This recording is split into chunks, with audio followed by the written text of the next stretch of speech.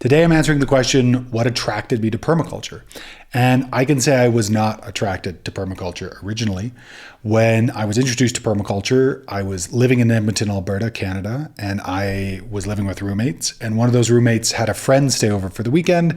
And 2 months later, I had to ask that friend to leave because they were really into permaculture. And they had told me that permaculture was always about sharing the surplus, and they were sharing our surplus.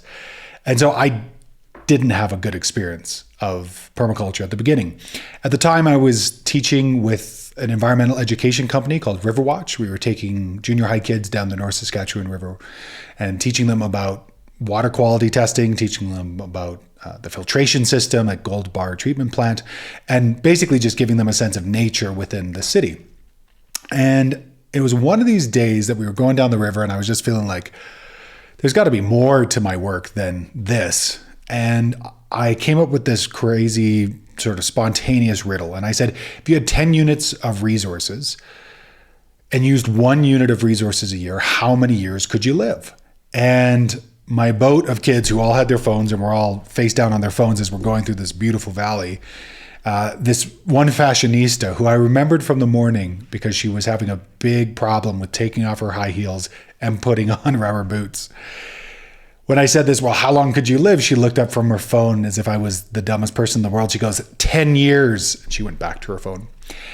And then I said, okay, well, what if in using that unit of natural resources, you gave back to, or were able to take what's left over and give back to the ecology that produced that unit of natural resources? How long could you live? And this hockey bro looked up from his phone and was like, you could live forever. He kind of had this far off look. And it spurred this really interesting conversation about how we could live ecologically, how we could live within our means, how we maybe could think about what we use and how we use it. And so the fashionista was talking about trash and shows and using different types of reused fabrics and trash itself. And the hockey bro was like, well, all hockey sticks should be made out of recycled wood. This makes no sense. And I realized I could have an impact. That was really important to me then and now, to have an impact with my work. And so I started looking around, seeing what potentially I could do. I had an opportunity to work with the Alberta climate team, telling people to screw in CFL light bulbs. And we all know how well that worked out. But I could work at music festivals, get paid really well, and have a nice summer. I could work with Alberta Parks and head up some of their programming and some of their field excursions. I could work with national parks, doing a lot of the work I'd done before in natural park interpretation. I had a scholarship to Cordon Bleu University, and I turned all that down to go out to One United Resource Eco Village and go learn about natural building. Because I had a background of about 10 years, 13 years in construction with my dad, I thought, well, if I learn how to build well and build natural, maybe that's the way, maybe that's what'll help us out. So I went out, took an internship, learned how to build with clay, sand, stone, straw, wood, things like straw bale and cob and clay plasters and light clay infill. All of these different ways of building, realized that generally that type of work would only be affordable to the uber wealthy. Thought, okay, I might work in this for a while, but probably not a long while. And then at the end of that internship, somebody said, hey, do you want to take a Permaculture Design Certificate? And thinking back to my time in Edmonton, I was like, nope, good, I'm totally fine. And they said, well, it's 50% off. And for those of you that don't know, Alberta, the province I'm from, it's kind of like the product of a one-night stand between Montana and Texas. Lone rugged woodsman, bigger, better buck, always looking for a deal. So I was like, sure, 50% off. I'll take anything for 50% off. So I sat in on the class, really not thinking I was going to get a lot out of it. So I come in like, arms crossed, I'm not interested in this. And the instructor told me the prime directive of permaculture is to take responsibility for yourself, your needs, as well as that of your children. That the 3 prime ethics are to take care of the planet, it's our primary asset, to take care of the people because the people take care of the planet, and then finally to set limits to consumption and population, and implicitly to redistribute that surplus back into the people and the planet.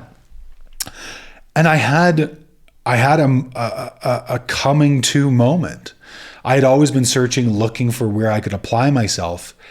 And that night in my journal, I wrote, I'd rather fail at permaculture than succeed at almost anything else. And that's what I did. I jumped in, as my Cuban permaculture friends would say, head, hands, and heart. And I was in. I was so attracted by the story of permaculture. Humans we run on stories. It's our superpower. We create whole worlds of fantasy out of story. Money is one of the biggest stories we all collectively tell and we all believe in. Money inherently doesn't have any value, but we tell the story and we believe it enough. All of us are actually creating that fantasy together.